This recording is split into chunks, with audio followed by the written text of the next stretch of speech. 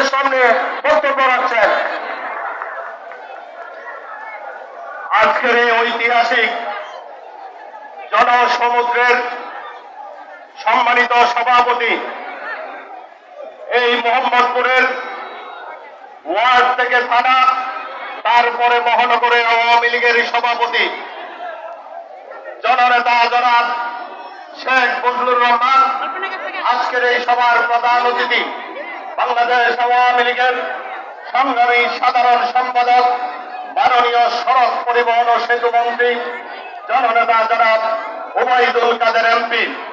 আজকের এই সভায় ইতিমধ্যে আমাদের মাঝে উপস্থিত আছেন মাত্র 3 দিনের নোটিশে তিনি এই শান্তি সমাবেশকে জনসমুদ্রে রূপান্তরিত করেছেন। এই ঢাকা 13 আসন থেকে বারবার নির্বাচিত সংসদ সদস্য যিনি এই অন্ধকারময় মোহাম্মদপুর আদাবরকে আলোকিত করে তুলেছেন, বাংলাদেশ ছাত্রলীগের সাবেক সাধারণ সম্পাদক,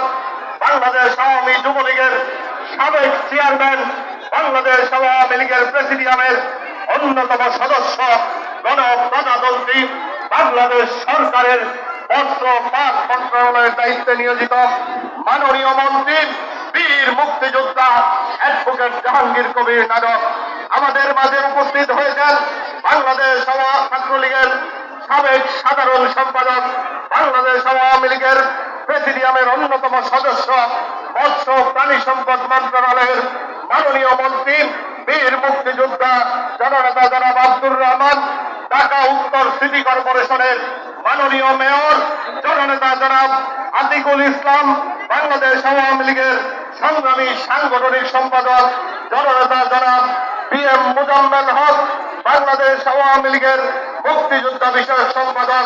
জনাব মৃণাল কান্তি দাস, বাংলাদেশ আওয়ামী লীগের স্বাস্থ্য সম্পাদক এবং স্বাস্থ্যমন্ত্রী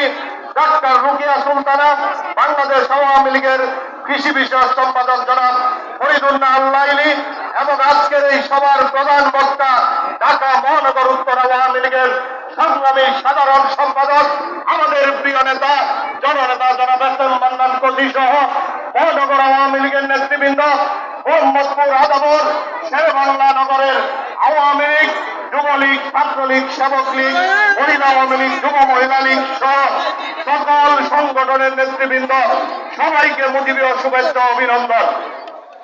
বক্তব্য রাখবেন জাতীয় নেতৃবৃন্দ। শুধু একটি কথা বলতে চাই,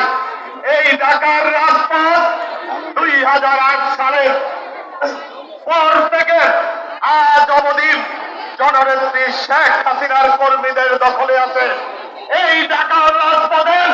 এই বিএনপি জামাত